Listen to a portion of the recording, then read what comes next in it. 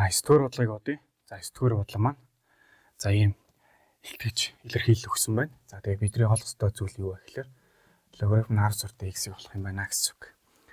За тэгэхээр бид нар зэргийн чанараа мэддэг байх хэрэгтэй гэсэн үг. За эхлээд бүгд x-ээ хувиргая. За хувиргахдаа яг энэ дотор талаас нь эхлээд бичиж. Тэгэхээр хамгийн эхлээд бол 100b гэж байна.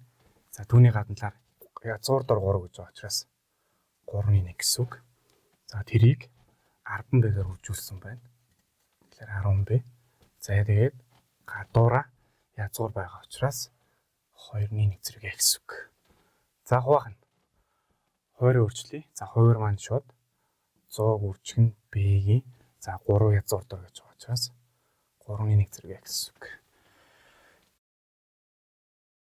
За 100 гэдэг бол 10-ын квадрат үржигэн b. За 3-1 за үржигэн 10 b 2-1 болно гэсэн үг. За хуваахна. 100 гэдэг бол 10-ийн 2 зэрэг үржигэн b-ийн 3-1 зэрэг гэсэн үг. За одоо бүгд давхар зэрэг төвшүүлчихье. За тэнцүү. За 12 зэрэг 3-1 зэрэг гадуураа 6-1 зэрэг 2-1 зэрэг байна.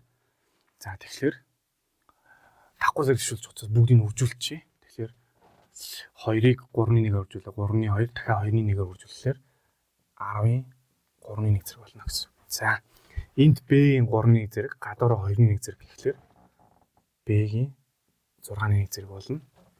За үржих нь 10-ийн энд 2-1 байгаа учраас 2-1 зэрэг. За үржих нь b-ийн мөн адил 2-1 зэрэг гэсэн. За хуваах нь 10-ийн 2 зэрэг үржих нь b-ийн 3-1 зэрэг гэсэн үг.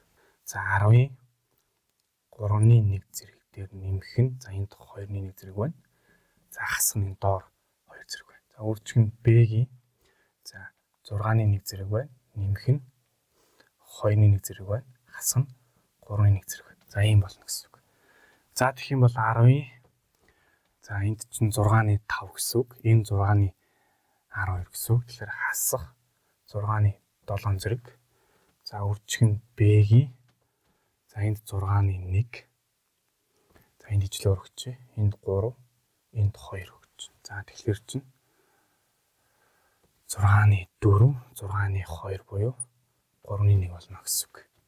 За өөрөөр хэлбэл юу болоод хувирч байгаа гэхээр x маань 10-ийн хасах тэмдэгтээ 6-ны 7 үржих нь b-ийн 3-1 зэрэг гэсэн үг. За бид нар энд 10 суурьтай логарифм олох гэж байгаа учраас хоёр талаас нь 10 суурь авчия.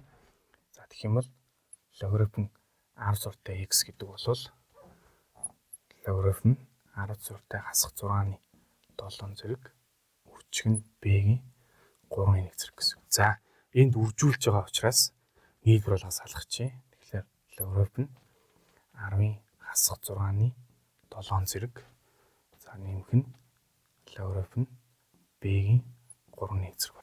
За зэргүүдийн урагшин болгочихъя. За тэгэх юм бол хасах 6-ны 7 болно. За тэгээ логарифм 10 суурьтай 10 гэхлээр 1 гэсэн үг. За нэмэх нь 3-1 үржих нь логарифм 10 суурьтай b болно гэсэн үг. За энэ нь юу гэсэн үг гэхээр хасах 6-ны 7 дээр нэмэх нь логарифм 10 суурьтай b-г хуваах нь 3 болж байгаа гэсэн үг.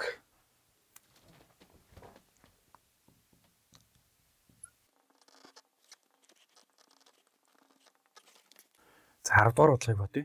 За 10 дугаар бодлогод нь юу гэсэн бэ гэхээр архимедик прогресс үүсгэдэг 3 тооны нийлбэр нь 18 юм байна. За тэгээ уг 3 тоон дээр харгалзан 1, 2, 7-г нэмэх юм бол энэ 3 тоо геометри прогресс үүсгэдэг болол за эдгээр 3 тоог олоорой гэж. За архимедик прогрессын 3 тооны нийлбэр 18 гэдэг өгдөж юм бол А2-ыг нь шууд олж болдог. Тэр нь шууд 18-ыг 3 дооч гэсэн үг.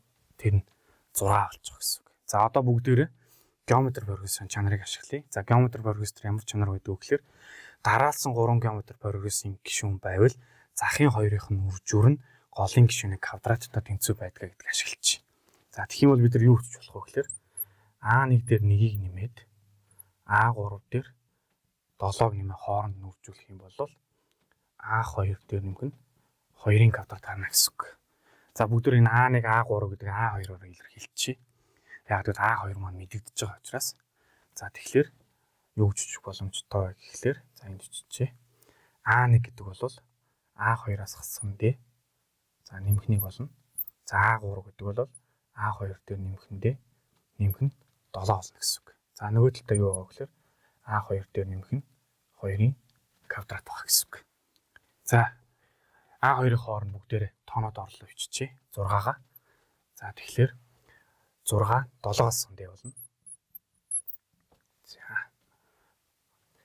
13 дээр нэмэх нь D болно. Тэнцүү. За 8-ын квадрат буюу 64 болно гэсэн үг.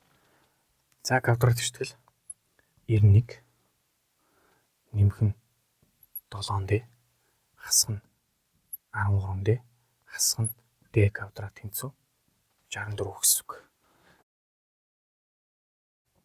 Тэгэхээр D квадрат